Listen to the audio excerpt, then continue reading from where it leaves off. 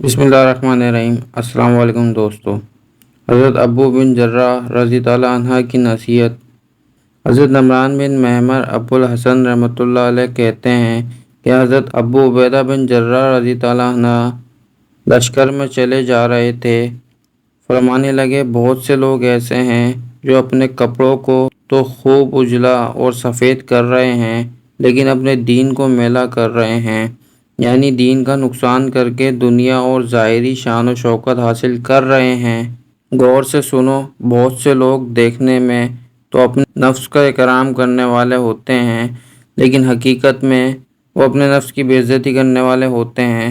पुराने गुनाहों को नई नेकियों के ज़रिए से ख़त्म करो।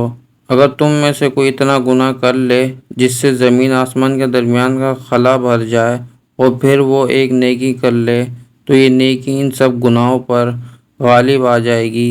हज़रत अबू उबैदा बिन जर्राह रज़ियल्लाहु अन्हा ने फरमाया, मोमिन के दिल की मिसाल चिड़िया जैसी है जो हर दिन नामालूम कितनी मरतबा इधर उधर पलटता रहता है, इसलिए आदमी मशवरा के ताबे होकर चले। दोस्तों, ये था एक छोटा सा वाक़या।